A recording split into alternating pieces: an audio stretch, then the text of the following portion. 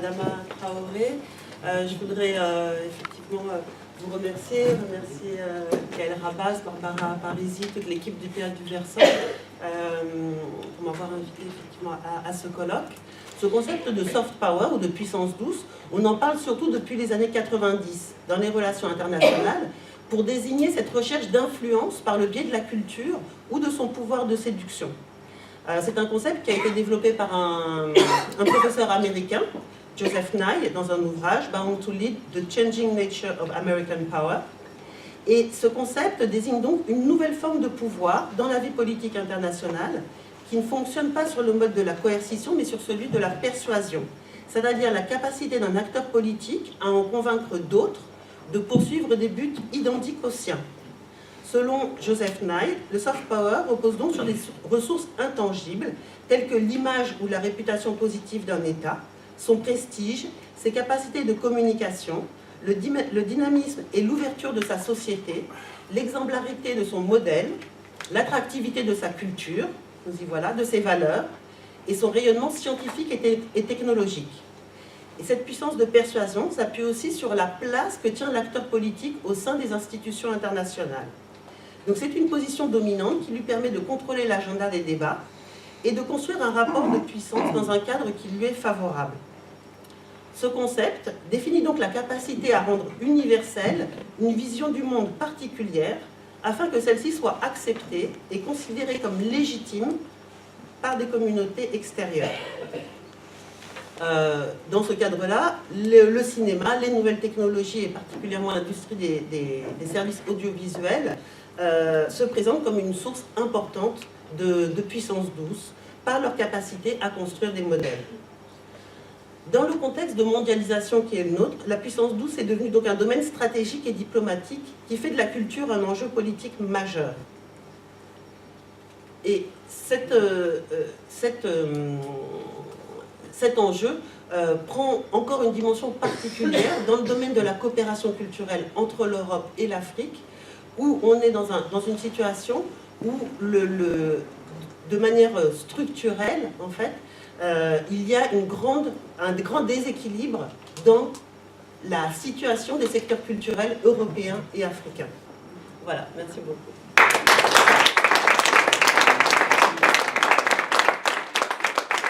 Agradezco al Teatro du Versant.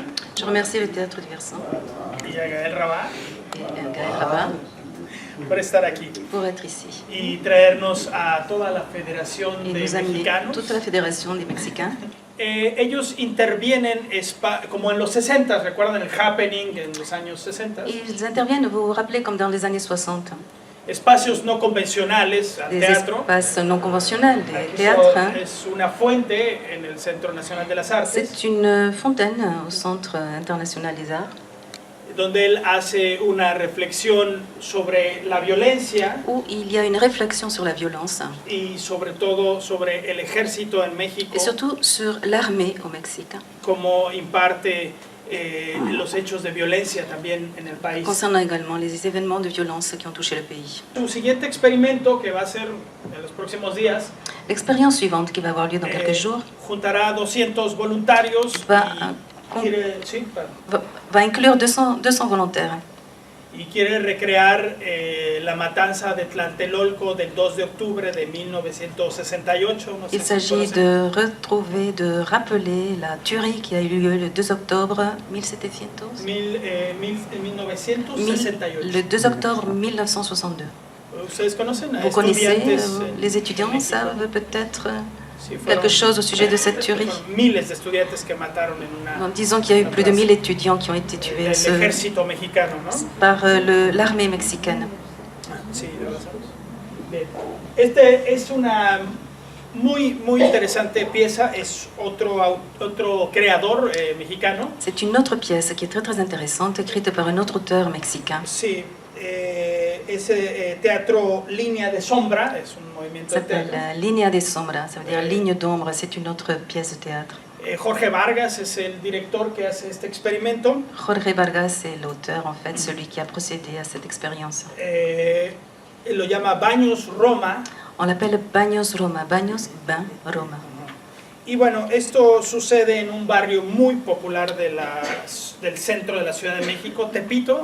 C'est dans un quartier très populaire de Mexico que l'on appelle Tepito. Peut-être que certains d'entre vous le connaissent. Es un lugar donde venden cosas ilegales, ropa, calzado, cosas de importación chinas, ¿verdad? Dans ce quartier, on a l'habitude de vendre des vêtements, des choses illégales qui proviennent parfois de Chine. Pero lo más importante es que es el principal centro de distribución de cocaína, armas, droga del centro del país. Mais disons que c'est le principal centre de vente de cocaïne et d'armes du pays.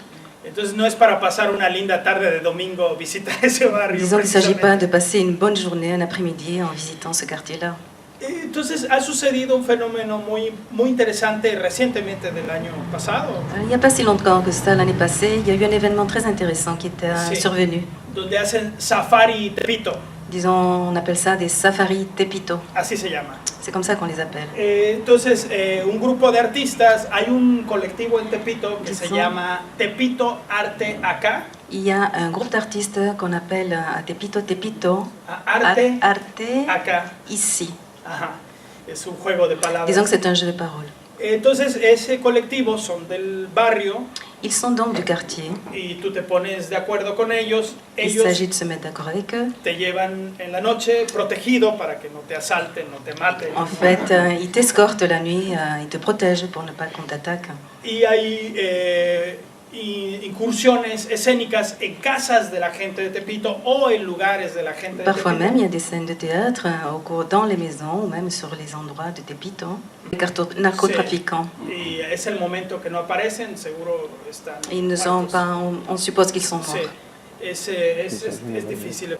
Esto es, ustedes conocen el problema de los 43 estudiantes desaparecidos en México. Vous vous rappelez des 43 étudiants qui ont disparu à Mexico? Ok. Bueno, esto es algo muy triste para C'est quelque nosotros. chose de très triste pour nous.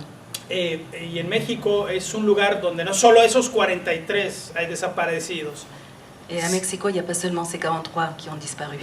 Cifras oficiales del gobierno Les chiffres officiels du gouvernement dicen que hay más de 26,000 personas desaparecidas disent qu'il y a plus de 26 000 personnes disparues en unos 8 o 9 años, ¿no? au cours des 8 ou 9 dernières années. Y cifras oficiales. Ce sont des chiffres officiels, hein, no es lo real.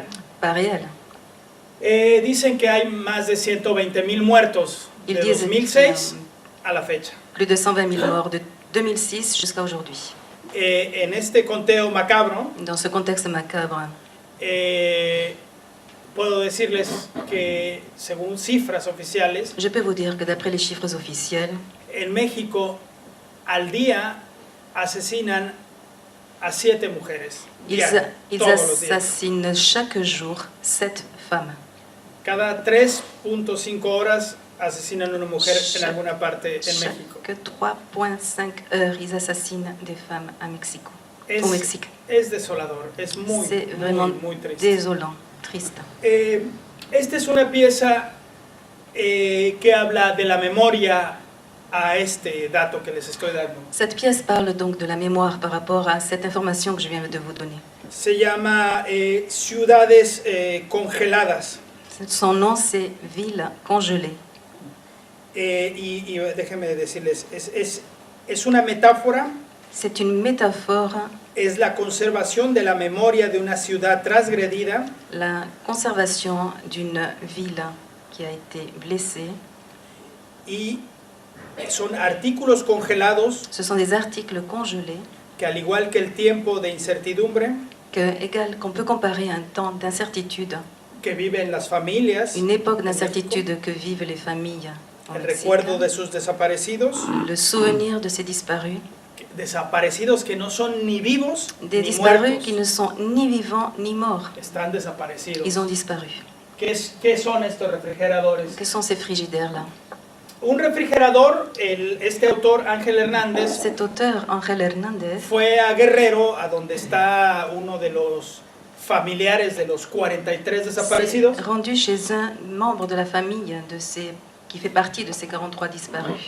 Y le pidió el refrigerador de su casa, el de que usan Il todos a los días. demandé le frigo, le frigidaire de sa maison qu'il utilisait. Y le pidió objetos, ¿no? Su ropa, Des zapatos, objets, cosas, des vêtements, fotos. des photos. Y les pidió a toda la familia que escribieran cartas en memoria a su hijo desaparecido. Il a demandé à chaque membre de la famille qu'il écrive des lettres en mémoire de ce disparu. Y tomaron un video de entrevistas, de testimonios de qué es lo que sentía cada uno de los familiares sobre estas pérdidas. Ils ont fait également des vidéos sur chacun d'entre eux qui en fait se prononçaient sur le ressenti par rapport à cette perte de membres de famille. Este es el de Guerrero, de los 43 Celui-là, desaparecidos. c'est celui de Guerrero, des 43 disparus. Este refrigerador es de Michoacán. Celui-là est de Michoacán. ¿Recuerdan que les dije en el Je vous ai principio que rappelé pasaba en ce Michoacán? que je vous ai dit au début de ce qui s'est passé à Michoacán, De una familia que perdió a su d'une hijo famille qui a perdu son fils en esta violencia. au cours de la violence. Y este refrigerador es de Tamaulipas. Ce frigidaire-là est de Tamaulipas. ¿Recuerdan las imágenes del video? Vous vous rappelez les images du vidéo?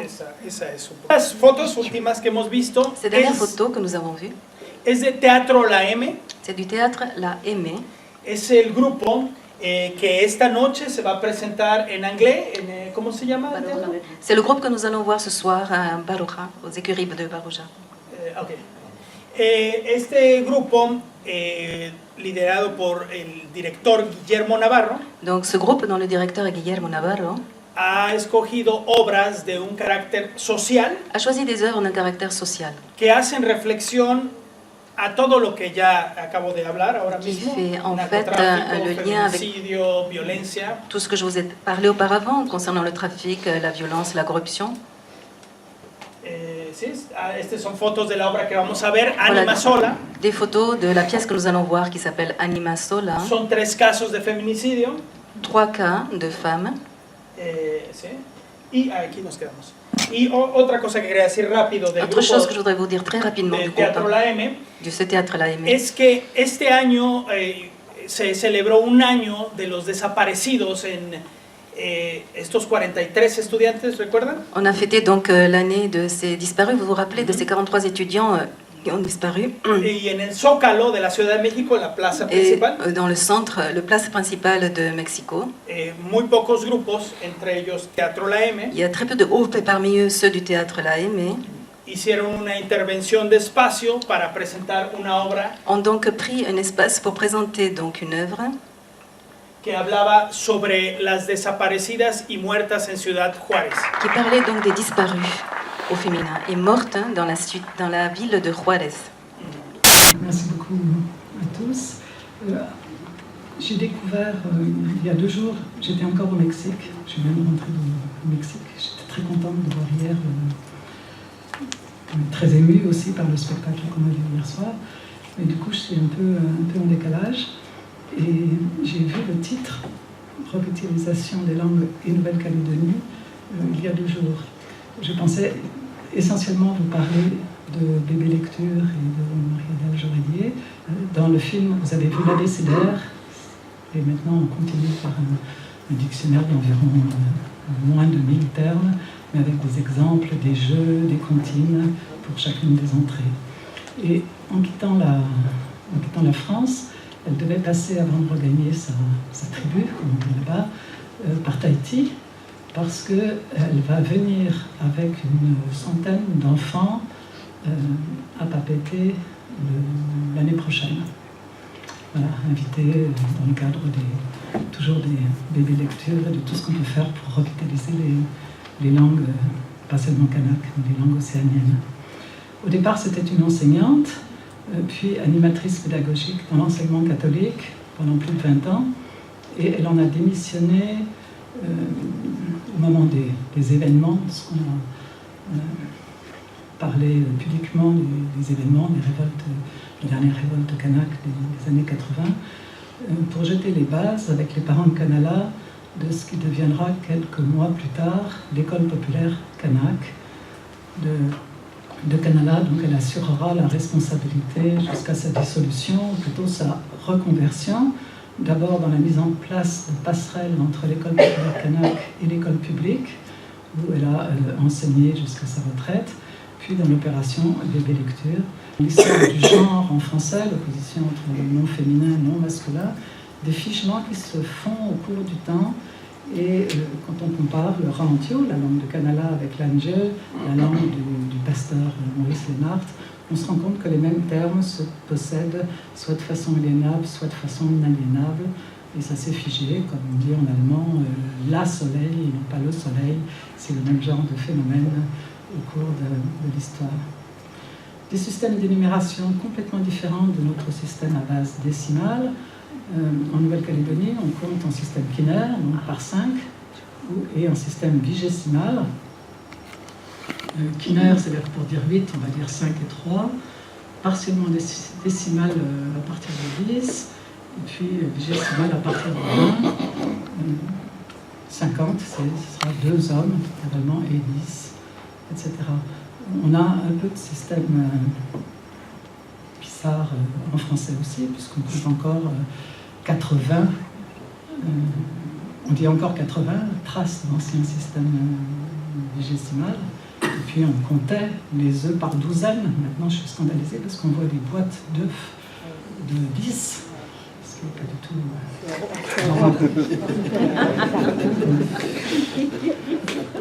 On ne compte pas tout n'importe comment, et on a ce qu'on appelle des classificateurs qui sont utilisés en fonction de ce que l'on compte, soit d'après la nature de ce qu'on compte, soit d'après la forme. Donc vous avez un exemple, le suffixe ro qui signifie 2, peut être apposé à plusieurs classificateurs selon que vous comptez des objets longs, des tas d'igname dans les coutumes, chaque tas représentant 3 ignames, des tas de poissons, des plants, etc. Et ensuite, après, on spécifie de quel type de plant il s'agit, de quel type de poisson il s'agit. Des grandes différences aussi au niveau du découpage lexical. Là, je vous ai juste marqué en ralenti les différents termes qui existent pour manger, selon qu'on mange en général, si on mange du tubercule, de la viande, de la canne à sucre. Je vous ai mis aussi des termes futuniens, donc l'une des langues polynésiennes bien parlées maintenant. Il y a autant de locuteurs futuniens en Nouvelle-Calédonie que futuniens, avec des différences sémantiques qu'on ne connaît pas en français. Des systèmes de parenté aussi très, très différents. On a un système de couple aussi, de parenté, mais vous savez peut-être que chez nous, l'oncle, c'est aussi bien le père de sa mère ou le père de son père, alors qu'en Nouvelle-Calédonie, beaucoup de lieux en Océanie, le père du père est aussi un père, il n'est pas un oncle. Et la mère de la mère est une maman. Et les enfants de la mère et du frère du père sont tous des frères et sœurs. Donc, le terme de cousin est restreint, ce qu'on appelle les cousins croisés, les enfants du frère de la mère et de la sœur du père. Ouf. Comment expliquer cette diversité? On a parlé de diversité en Nouvelle-Calédonie, on a des raisons universelles, toute langue évolue au cours du temps, toute langue se dialectalise, finit par se scinder en plusieurs langues distinctes. Ça, c'est valable pour tout, partout dans le monde, sauf quand la politique s'en mêle et qu'on essaie d'imposer une langue au détriment des autres. Et en France, on ne peut pas être fier de ce qu'on a fait à ce niveau-là. Les sites, je pourrais vous les redonner, des archives orales. On trouve beaucoup de textes dans les langues océaniennes, donc aussi bien sur le site de mon laboratoire, Pangloss, que sur le site Corpus de la parole de la DGLF-LF. Nous allons maintenant entendre Monsieur Nicolas Tournadre, professeur et spécialiste des langues. Il va nous parler le destin des Isola et des petites familles de langues et ce que vous attendez tous, beaucoup, le cas exceptionnel du basque. D'abord, je remercie le Théâtre du Versant pour son invitation, ainsi que la mairie de Biarritz et le bureau de la langue basque. Le basque, sergatik. Sergatik, c'est un mot qui signifie pourquoi. Il se trouve que ce mot, je le connais depuis bien longtemps. En 85, quand je commençais le DEA et la thèse avec Claude Agege, sur le tibétain standard, le tibétain central, il se trouve que j'ai étudié des structures en tibétain qui étaient très proches de celles du basque. Ça a attiré mon attention. Et j'ai mis en exergue justement ce mot-là dans ma thèse publiée plus tard qui s'appelait l'ergativité en tibétain. Et je mettais sergatique parce que c'est un jeu de mots, évidemment, le mot pourquoi et le mot ergatif, et je vais vous dire un mot de ce mot technique.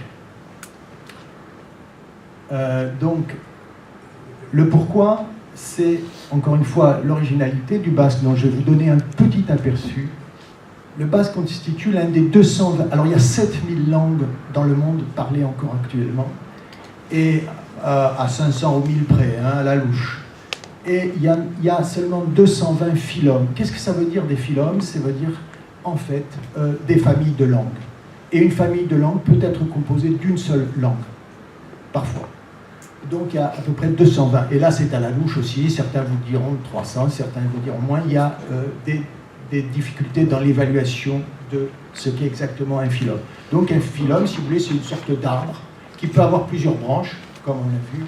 Et donc, un phylum peut correspondre à une famille de langues ou à une seule langue qui, donc, n'a aucune parenté avec l'ensemble des autres langues du monde. C'est-à-dire qu'en fait, il y a seulement 220 langues racines, si vous voulez, arbres racines, dans le monde. Ce qui est très peu, vu les 7000 langues, quand même, vous voyez. C'est-à-dire qu'on arrive à raccrocher la plupart des 7000 langues dans 220 cases, dans 220 arbres, si vous voulez. Alors, il y a des langues... alors, si on regarde l'Europe, par exemple, eh bien, il y a 3 phylums, en fait. Il y a le phylum indo-européen, qui compte à peu près 500 langues, c'est-à-dire un arbre qui a énormément de branches, la branche romane, la branche germanique, slave, indienne, arménienne, iranienne, etc., etc. Les langues finno-ougriennes, beaucoup moins, 25 langues, le hongrois, le finnois, etc. Et le basque. 3 phylums, c'est tout en Europe. 3 arbres. Il y a 3 arbres. 3 familles. C'est très très peu, vous voyez. Et là, les gens, si on demande aux gens, ils n'en ont absolument pas conscience.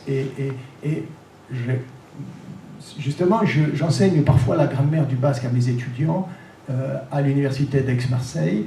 Et quand j'enseigne cette langue, quand j'enseigne la grammaire précisément, les étudiants sont hallucinés. Ils ne savent pas que c'est une langue de France. Elle est tellement exotique.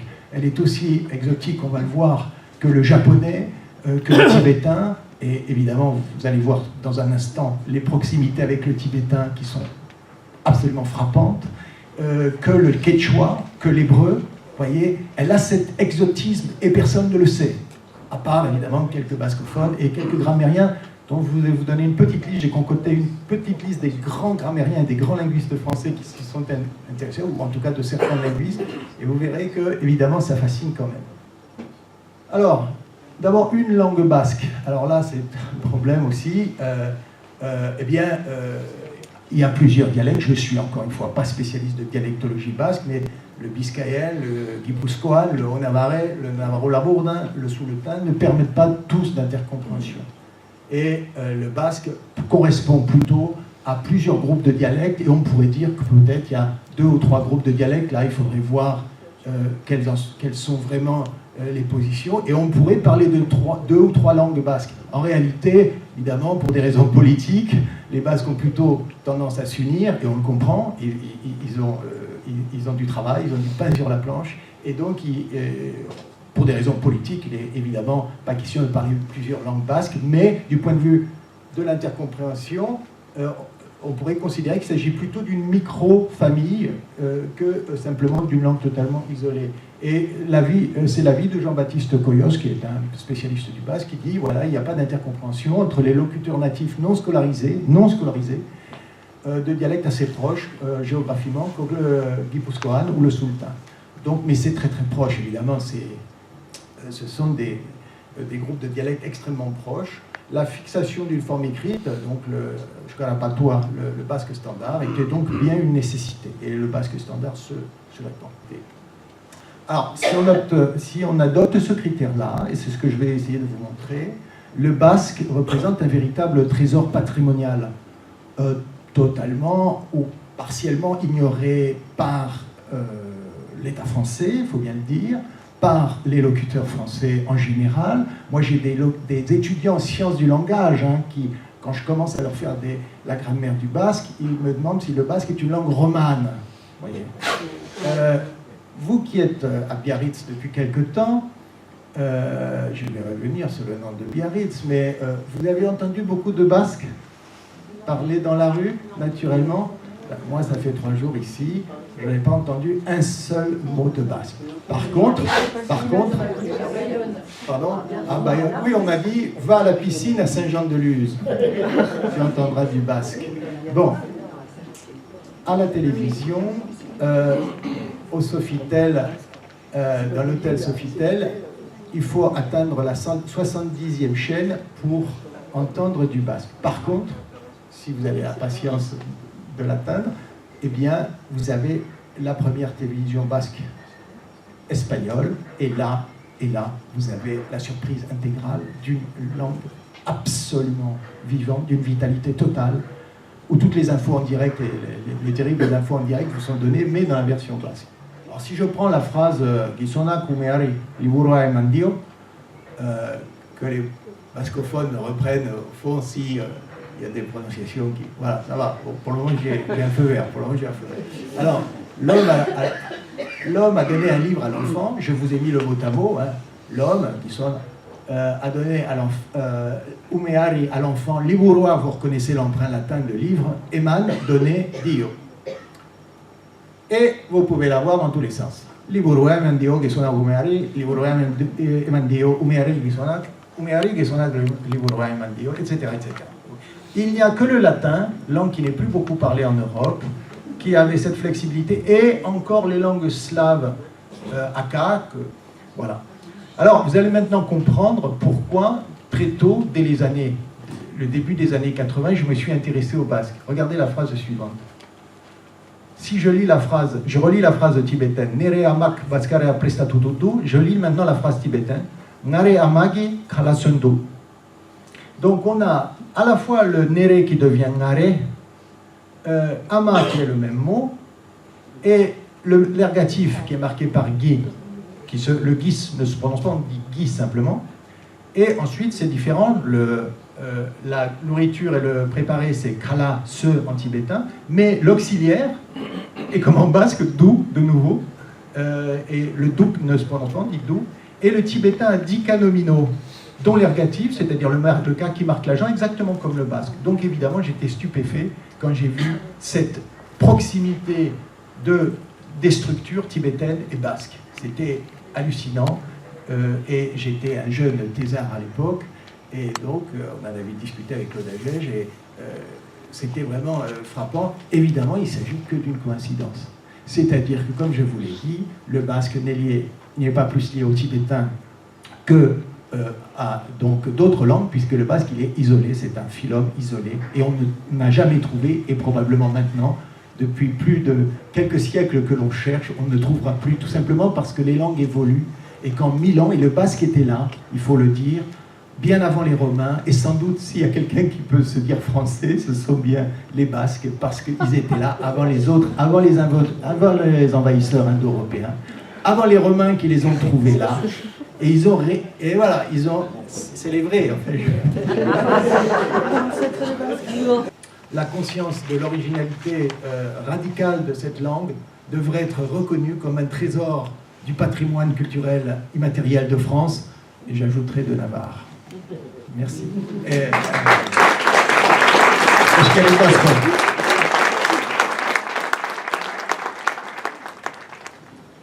Alors, bonjour à tous. Merci d'être présent, merci de l'invitation. Je ne savais pas comment prendre mon intervention de ce matin, donc j'ai essayé de m'appuyer sur les interventions de mes collègues. J'avais intitulé précédemment mon intervention « Les langues porteuses de culture ». Je pense que mes collègues ont largement labouré le terrain, aussi bien pour les langues de Polynésie que pour le basque. Il faut apprendre à nos enfants à parler notre langue correctement, c'est-à-dire la langue que l'on parle, que ce soit une langue polynésienne ou une autre, que ce soit le français ou une autre. Vous voyez bien que on fait aujourd'hui tout un travail sur le français. Qu'est-ce que c'est qu'un mot culturel, un mot d'une culture? La gastronomie, par exemple. Vraiment un terme de la culture française qu'on retrouve pas toujours dans d'autres sociétés. Nous avons vu arriver dans les années 1980 fast-food. Vous voyez, culture contre culture.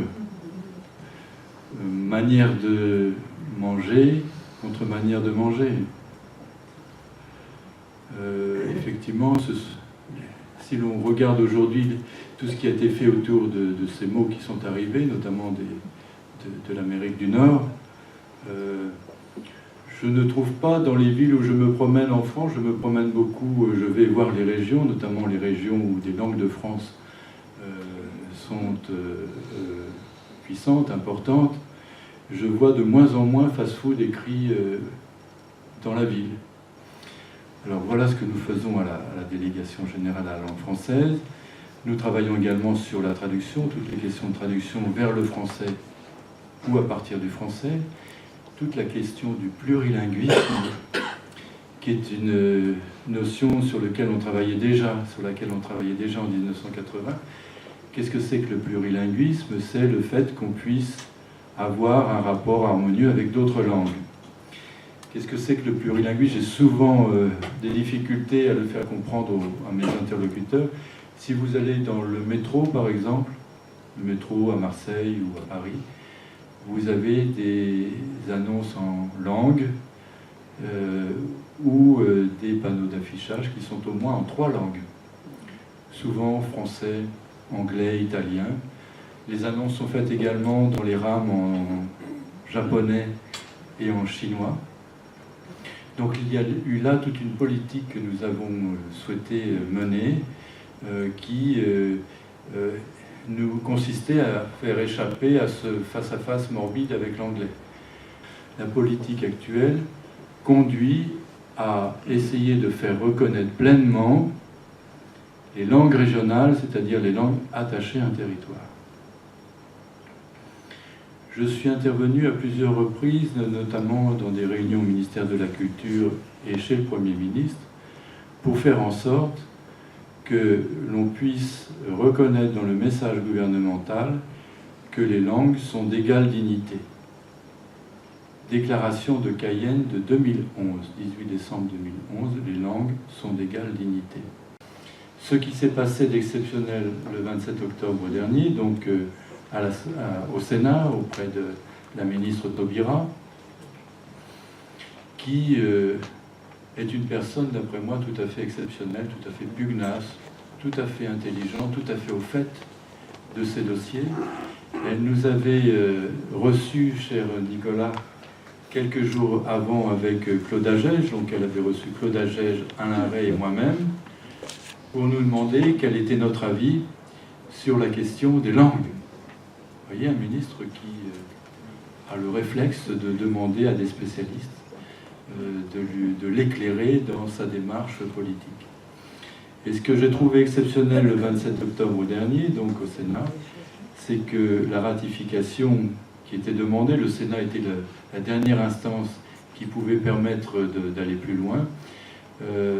La ratification a été rejetée, effectivement, mais à 24 voix.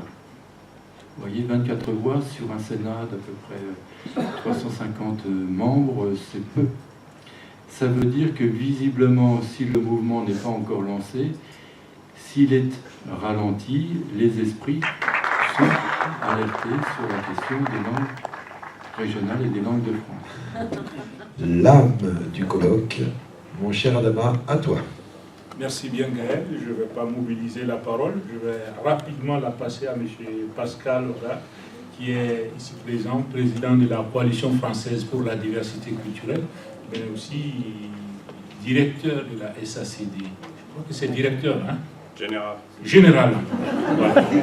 Attention, parce que... Voilà. Donc on m'a demandé de parler un peu de la Convention sur la diversité culturelle, de son avenir. Alors je ne sais pas si tout le monde connaît bien ce sujet de la Convention UNESCO de la diversité culturelle. Je vais essayer de vous expliquer un peu d'où elle vient et peut-être où elle va. D'où elle vient, disons que la réflexion sur la Convention a finalement commencé après la bataille du GATT en 1993. Pour ceux qui ne le savent pas, au moment de la négociation commerciale du GATT, qui a abouti au final à la création de l'Organisation mondiale du commerce, la France, puisque les Américains souhaitaient que dans ces accords commerciaux, l'Europe prenne des engagements de libéralisation sur les politiques culturelles qui concernaient en particulier le cinéma et l'audiovisuel. Ils considéraient en effet que la réglementation européenne et derrière les réglementations nationales au sein de l'Europe, qui prévoyaient pour les télévisions des obligations de diffusion d'œuvres européennes et qui prévoyaient aussi des obligations d'investissement dans les œuvres européennes, étaient contraires au principe du libéralisme commercial, au principe du traitement national, puisque la règle en matière d'accords commerciaux, c'est qu'on doit traiter l'étranger comme le national et ne pas faire de discrimination. Donc, il y a eu une bataille, et puis à un moment donné, l'Europe, à l'instigation de François Mitterrand à l'époque, et aussi d'Édouard Balladur, qui était Premier ministre, l'Europe a suivi les positions françaises qui étaient de refuser tout engagement de libéralisation sur les questions cinématographiques et audiovisuelles. Et le président Clinton a finalement craqué, c'est-à-dire qu'il a accepté de signer les accords du GATT sans qu'il y ait aucun engagement de libéralisation. Donc il a en quelque sorte abandonné les majors d'Hollywood. Et il a abandonné, c'était le 13 décembre 2003, non, 1993, et tout simplement parce que l'accord devait être conclu le 15 décembre. Et à l'époque, les négociations commerciales, c'est très important, c'était des négociations entre riches. Les riches se mettaient d'accord entre eux, et puis après, ils avaient 2 jours pour faire payer les pauvres qui, naturellement, ne disaient rien. On a des négociations par zone. Il y a actuellement une négociation entre l'Europe et j'y reviendrai, entre l'Europe et l'Amérique, c'est le traité transatlantique. Il y a une négociation Europe-Japon, il y a des négociations entre les États-Unis et des États du Pacifique ou les États d'Amérique du Sud, mais ce sont des négociations régionales, ce ne sont plus des négociations mondiales, et parce que c'est trop compliqué d'aboutir à des accords à l'échelon mondial. Donc, les politiques culturelles, pour aboutir à la diversité culturelle, sont des politiques de régulation. Pour réguler, il faut être en capacité d'appréhender les entreprises auxquelles on va soumettre, qu'on va assujettir à des règles pour financer ou pour diffuser les créations des différents pays. Et ce monde encore non contrôlé de l'Internet, je suis plutôt raisonnablement optimiste parce que je pense qu'il va rentrer dans des zones de régulation. Et j'ajouterais que ce qui se passe sur le plan de la sécurité dans les différents pays va aussi dans le sens de la régulation. Voilà, j'ai conclu. Merci beaucoup. Le commerce qu'on suit évidemment de très près à la Coalition canadienne pour la diversité culturelle. Et Adama, soit dit en passant, est le président de la Coalition malienne pour la diversité culturelle. Il y en a une quarantaine dans autant de pays sur tous les continents et on se réunissait récemment à Mons, en Belgique. Donc c'est un mouvement de la société civile qui a déjà 15 ans, qui était très mobilisé à l'idée même de la Convention, mais qui est encore à l'idée de la mettre en œuvre et puis de trouver les axes qui vont renforcer cette politique, qui favorise les expressions culturelles. Évidemment, à géométrie variable, les besoins qui sont ceux de l'Europe sur des questions d'intégration au sein de l'Union, c'est évidemment très différent de la situation au Mali pour l'artiste, pour le droit d'auteur, pour les langues nationales, pour les expressions minoritaires. Et ce bilan, il permet de faire ressortir toutes ces questions qui sont au cœur du mouvement. On s'est redit collectivement que le numérique était un enjeu partagé mondial. On s'est redit aussi que l'accord et les accords commerciaux, d'autant que maintenant ils sont régionaux, ils sont bilatéraux, il y a le commerce électronique, c'était aussi une préoccupation partagée, mais il faut prendre en considération les expressions minoritaires, les questions de financement et aussi les expressions à risque dans des zones de conflit, dans des zones où, on le voit au Mali aujourd'hui, il y a vraiment une question culturelle presque, les événements du Bataclan, du musée du Prado, on dirait que la culture est la cible. Hein, c'est notre civilisation et nos valeurs qui sont finalement la cible, et c'est là que le clash se fait. Donc je voulais juste mettre en contexte que plus grand que nous dans cette salle aujourd'hui, et sur les questions de commerce spécifiquement, des avancées qui méritent à mon avis d'être soulignées. D'abord, l'Union européenne et le Canada ont signé un accord de commerce international qui reste à être ratifié. Soit dit en passant, les 28, les traductions vont venir et il faudra la signer, cette convention, mais elle comprend une exemption culturelle qui a été négociée d'un commun accord. Le territoire sur lequel je vais vous amener, c'est celui de la mise en œuvre. En fait, la convention de l'UNESCO, il y a deux faces à la même médaille. La face qui dit « et on va protéger ces expressions dans leur diversité et on va promouvoir ces expressions dans leur diversité ». Protection et promotion dans le même type de convention. Évidemment, la promotion, c'est aussi de bonnes politiques de promotion, c'est la coopération internationale, c'est des articles qui parlent de traitement pour favoriser les artistes, la mobilité, permettre aux artistes et aux œuvres de venir dans les pays du Nord. Ce n'est pas encore fait, mais c'est dans la Convention, c'est l'engagement que les États signataires ont pris. Et la société civile dont je suis se dit, comment donner de la substance à cette Convention? C'est bien beau le texte juridique, mais sauf être à l'UNESCO, spécialiste des textes, comment est-ce que moi, l'artiste, comment est-ce que moi, la compagnie de théâtre, ça peut me toucher, ça peut me concerner? Et c'est ces chantiers de mise en œuvre pour aider, renforcer la capacité sur le financement de projets, parce qu'il y a des fonds à l'UNESCO, sur les politiques culturelles, parce qu'on cherche à développer des politiques culturelles, sur l'éducation artistique. Alors tous ces sujets-là, aujourd'hui, sont sur la table, et il y a évidemment beaucoup de demandes des pays qui ont ratifié dans les pays du Sud, en particulier, qui disent, on veut bien vous accompagner, d'accord pour les accords sur le commerce, mais il y a aussi cette coopération, cette promotion, alors aidez-nous, s'il vous plaît, à élaborer un minimum de ce qui est correct. Pour la culture, je pense que Adama a fait un cri du cœur hier qui était extrêmement spontané, puis je le salue pour ça. C'est un outil que la société civile peut utiliser comme un levier. Hein. C'est une façon de dire, vous avez signé, mon État, mon gouvernement, maintenant on vous rappelle à vos devoirs, et on n'est pas seul, il y a une communauté internationale qui est avec nous là-dedans. Le problème de l'initiation, de décoder l'expérience culturelle. Parce que chaque expérience culturelle a son système de valeurs. Apprécier une certaine musique, apprécier un certain théâtre, apprécier une certaine œuvre, c'est aussi pouvoir être initié à ça, et il faut pouvoir en décoder les clés. Et puis, moi je pense que ça c'est absolument fondamental, c'est le plaisir qu'on retire de l'expérience.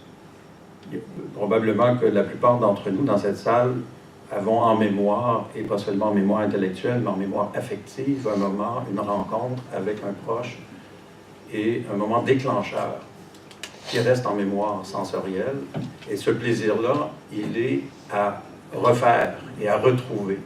Et si la culture devient un moment y compris dans le collectif. On parlait avec quelqu'un ici des férias, hein, les férias qui sont finalement... Tout le monde s'habille pareil, on est ensemble pendant une semaine, voire 10 jours, et puis c'est l'expérience du collectif, de cette fête qui nous rapproche de cette identité partagée, puis de cette culture partagée. Et puis finalement, ça aussi, c'est une autre des clés que nous donne Alan Brown. Il dit les exemples, les modèles exemplaires. Moi, je dis toujours, quand j'étais jeune, il y avait un seul modèle exemplaire, c'était le joueur de hockey. Quand on était québécois, surtout pour les garçons, il fallait être joueur de hockey.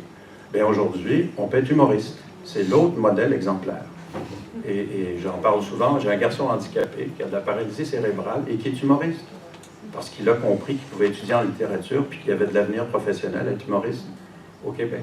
Et j'arrêterai ici. C'est juste pour vous dire que c'est un sujet passionnant. Moi, je trouve ça passionnant. En coopération internationale, ce sera un beau chantier pour aider nos amis du Sud, mais vous aider aussi à toucher une plus grande diversité publique. Je vous remercie.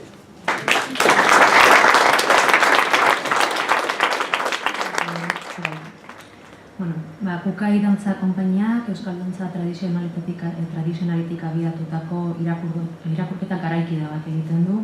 Beraz, ikuskizun garaikideak egiten ditugu, lan tresna oso berezi eta lokalizatu bat abiapuntu bezala hartun da, hau da Euskal Dantza tradizionala.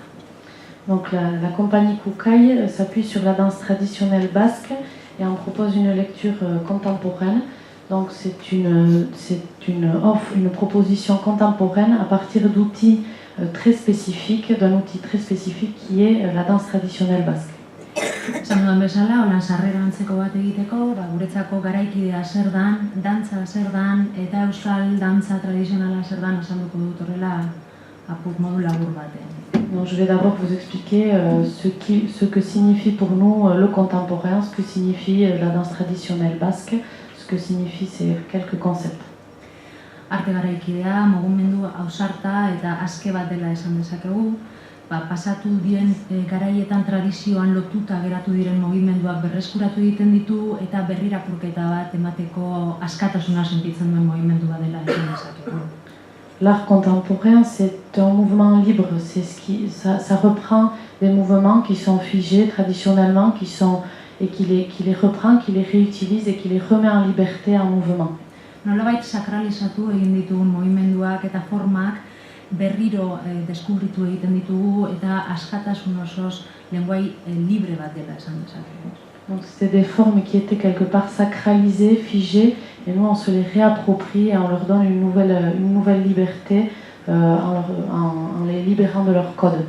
Kultur kontzeptua guretzako praktika eta kolektiboi eta talde baten egunerokotasunari lotuta dago, nolabait talde honek imaginario, ritualak, ospakizunak, simbolo sistema bat eta identifikazio modu bat banatzen duen talde bati. La culture, elle, c'est quelque chose qui correspond à un groupe donné qui a ses codes, ses rites, ses habitudes et ses moyens d'expression. Izabanakoaren bakartasunari aurre egiteko tresna bat litzatekeela esan dezakegu. Donc c'est une façon quelque part de compenser l'individualité de chacun. Hiru elementu hauek apur bat azaldu ondoren guretzako dantza esan dezakegu oso lehen esan dudan bezala espresiorako tresna eta lenguai askea norbanakoaren identitatea erakusten duen zerbait dela eta horregaitik oso gizarte ezberdinetan oso apreziatutako zerbait izan da. Donc la danse pour nous est très appréciée parce que justement elle met en lumière l'individualité de chacun. Euskal Herriko kasuan, dantza gure ezaugarri soziokultur politikoa dela eta gure identitatea babesteko modu bat izan dela, esan dezakegu eta urteetan zehar nolabait mantendu egin dela praktikotasunean eta egunerokotasunean erritziki dut. La danse basque, en fait, elle a permis de maintenir notre identité puisque c'est notre caractéristique socio-culturelle. Et donc ça a permis de maintenir notre identité qui était quelque part fragilisée et qui s'est maintenue de représentation en représentation dans tous les petits villages du Pays Basque. C'est un outil qui nous a permis de montrer ce que nous sommes. Topiko bat bihurtu da, aspaldian asko entzun izan dugulako, baina jada 1778. urtean, Voltaire eskritoreak, idazleak, bere ipuin filosofikoan Babilonako printzesan, komentatzen zuen, edo esaldi baten agertzen zelan, Pirinoetako maldan bizi edo dantzan eta salto egiten zituzten batzuk zeudela, baskoiak edo euskal deitzen ziren. Alors c'est devenu un cliché aujourd'hui, mais c'est vrai que déjà en 1768, Voltaire, dans sa Princesse de Babylone, parlait de Basques qu'il voyait bondir ou sauter, danser sur les bords des chemins. Horregatik, eta hau posible izan dadin, ukai dantzaren ezaugarri nabarmenena euskal dantza tradizionalaren domeinua. Oso lokala den mugimendua, eta hau beti izango da mugimendu berriak ikertzeko abiapuntua.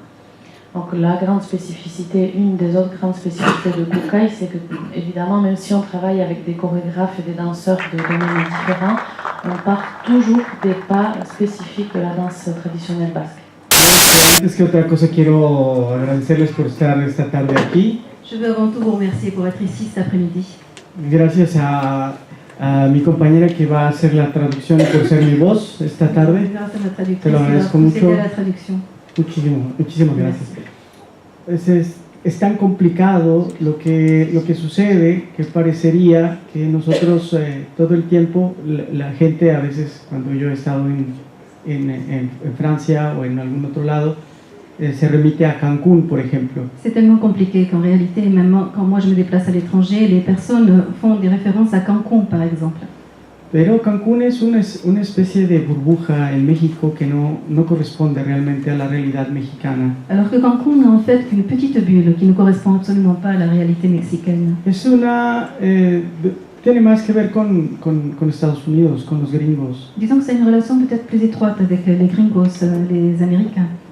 Y hay esta impresión de México de que estamos en un constante carnaval. D'où l'impression que le Mexique parfois donne l'image d'être dans un carnaval constant. Sí.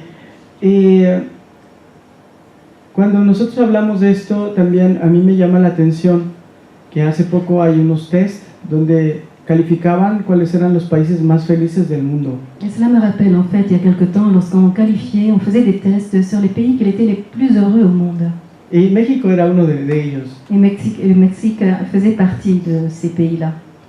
Y eso me llama mucho la atención porque realmente nosotros vivimos una violencia sistemática desde hace muchísimos años. Et c'est ce qui a attiré mon attention, parce qu'en fait, nous autres Mexicains, nous vivons une violence politique déjà depuis quelques années. Y quizás cuando uno viaja a México no tiene esa presencia total de la violencia, sin embargo hay una sensación. Et disons que lorsqu'un étranger voyage au Mexique, il n'a peut-être pas conscience de cette présence de violence, mais il y a quand même une sensation qui s'en dégage. Creo que a partir de esto quería yo partir de esta idea de encuadrar un poco a México, lo que nosotros hacemos y vivimos, pero particularmente me voy a enfocar a los artistas. Alors je voulais parler de cette idée pour justement vous signaler dans quel cadre vivait le Mexique, mais disons que je vais m'en référer plus particulièrement au monde des artistes. Dice,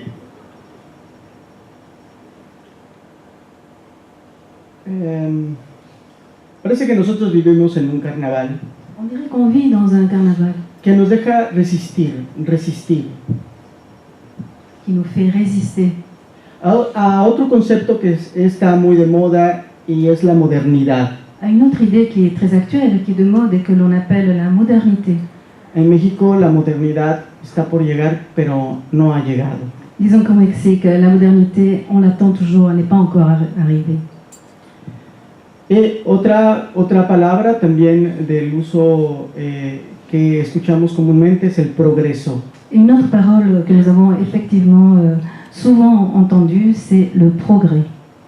Que durante sexenios y sexenios hemos escuchado como palabra que forma parte ya de un diccionario de conceptos políticos. Que pendant des années, nous avons entendu comme étant une parole qui fait partie des concepts des dictionnaires.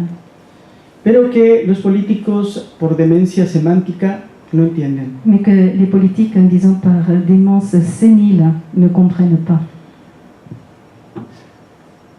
Y así atravesados como estamos por la realidad, con millones de personas que viven en la pobreza extrema, sachant qu'il y a des millions de personnes actuellement qui vivent dans une pauvreté et une misère extrême.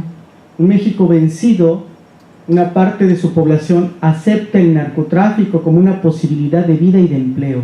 Il faut dire qu'une partie de la population du Mexique accepte le narcotrafic comme une possibilité d'emploi et de revenus. Una vida alterna. Une vie alternée. Una vida que se construye con otros paradigmas y se hibrida con la religión y sus creencias. Une partie d'ailleurs qui s'hybride avec ses croyances. Entonces voy a proyectar una imagen que tiene que ver con este momento histórico de los 43. Je vais projeter une image qui a en fait un lien avec cette affaire qui s'est tenue sur les 43. Estos 43 estudiantes desaparecidos en Ayotzinapa que han sido la gota que derramó el vaso. Disons que ces 43 étudiants qui ont disparu, ça a été la goutte d'eau qui a fait déborder le vase.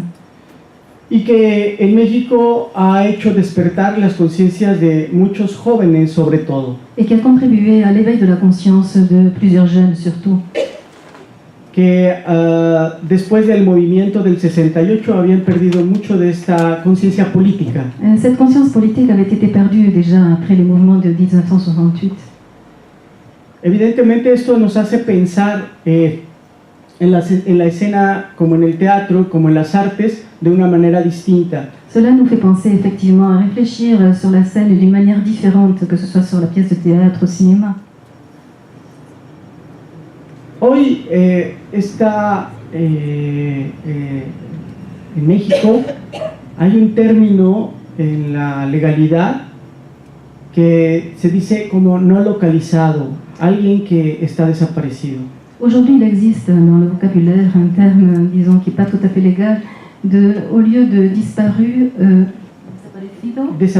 disparu au lieu de mort. El término es no localizado. Le terme exact, c'est non localisé. Ese es un término que deja una ambigüedad dentro de la legislación y que finalmente no permite que haya justicia.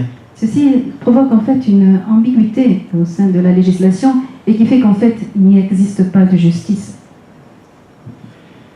Bien, a partir de esto uno se pregunta siempre que tiene que ver la política en la escena, pues todo. Finalmente la política viene de ahí, su ontología es precisamente la política y la sociedad. On peut se demander alors ce que la politique vient faire sur la scène. Eh bien, effectivement, il y a un lien étroit entre la politique et la scène. Hoy estamos aquí en un evento que ha generado el Teatro du Versant. Aujourd'hui, nous sommes ici sur un colloque généré, organisé par le Théâtre du Versant. Y que en estas mesas que hemos escuchado, creo que se ha hablado suficiente de política y de administración cultural. Et je crois qu'au cours de ces différentes sessions, on a assez parlé de politique culturelle et sociale. En México, no sé si en Francia, pero en México hay gente que hace teatro y dice que no le interesa el teatro político o social. Au Mexique, je ne sais pas si cela arrive ici en France, mais il y a des personnes qui disent que le théâtre les intéresse, mais sans qu'il y ait de politique ni un côté social. Entonces, yo dejo una pregunta. Je me pose alors une question. ¿Cuál es la responsabilidad política del artista? Quelle est donc la responsabilité politique de l'artiste? Gracias. Merci.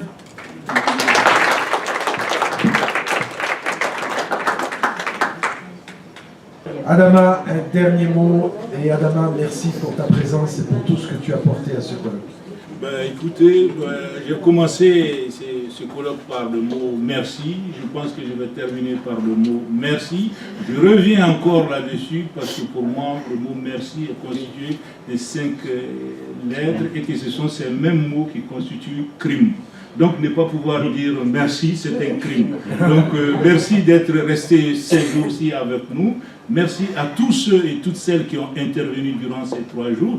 Et on prend date pour la prochaine fois en espérant que ça se passerait dans des conditions moins tumultueuses que celles que nous avons connues. Même si nous aimerions avoir les brises, les vagues de la mer qui seront là pour nous rappeler aussi que nous avons des responsabilités par rapport à l'écosystème. Mesdames et messieurs, monsieur le ministre, cher ami, familier de Biarritz maintenant, cher Gaël, je suis très heureux de vous recevoir ici en mairie au moment où ce colloque international débute, puisque vous avez encore 2 jours de travail, donc au terme de cette première journée. Je suis heureux de le faire parce que, et en particulier dans la période que nous vivons, parce que ce colloque, dont le thème est la diversité culturelle, touche à des thèmes qui sont d'une extrême importance. Je voudrais donc saluer tous ceux qui sont ici, qui nous viennent du Pacifique, qui nous viennent d'Afrique, qui nous viennent d'Amérique latine. Vous êtes évidemment ici, à Biarritz, chez vous, avec une tendresse particulière pour l'Afrique, où je suis né.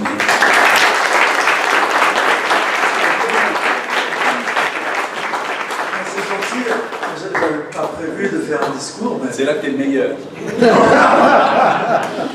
Non, je voulais simplement dire que d'abord, je suis très heureux de revenir à Biarritz, où je suis venu il y a une vingtaine d'années, mais je n'avais pas vu que la mer, enfin l'océan, était aussi présent dans l'identité de la ville. Ça me fait plaisir d'être en contact avec ces vagues à nouveau.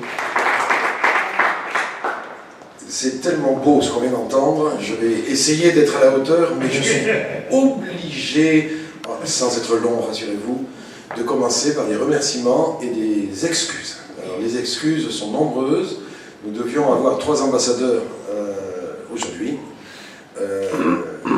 du Mexique, Haïti et surtout du Mali.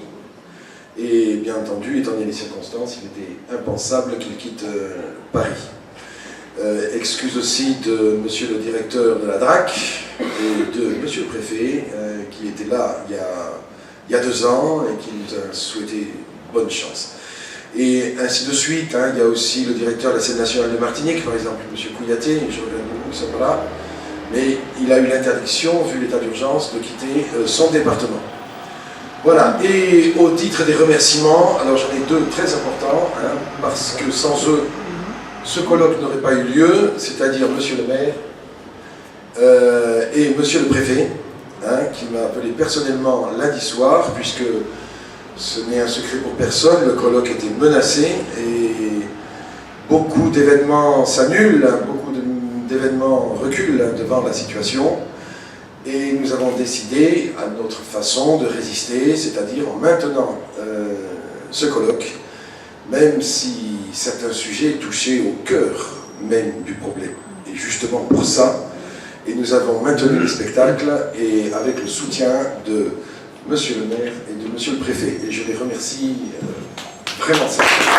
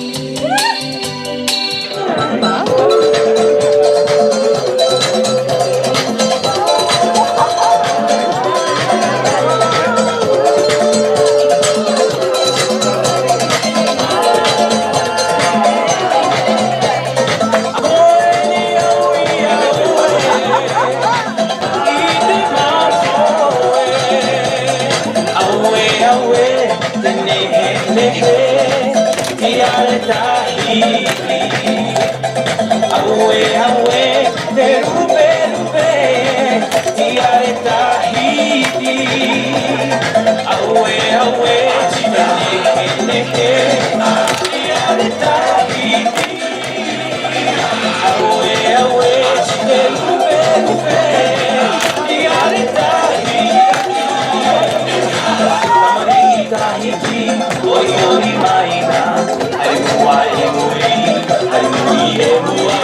Paotiraro, paotinia, tamure, tamure, que tamure, murera.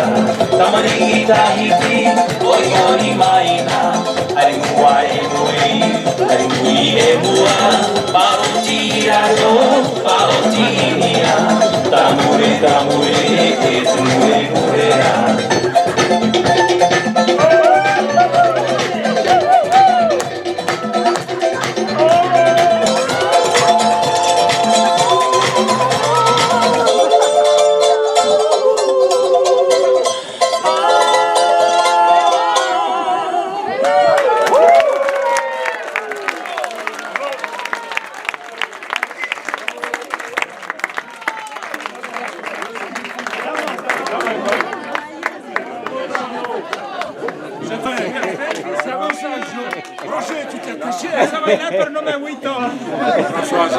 Bravo Alejandro. No me agüito, no me agüito.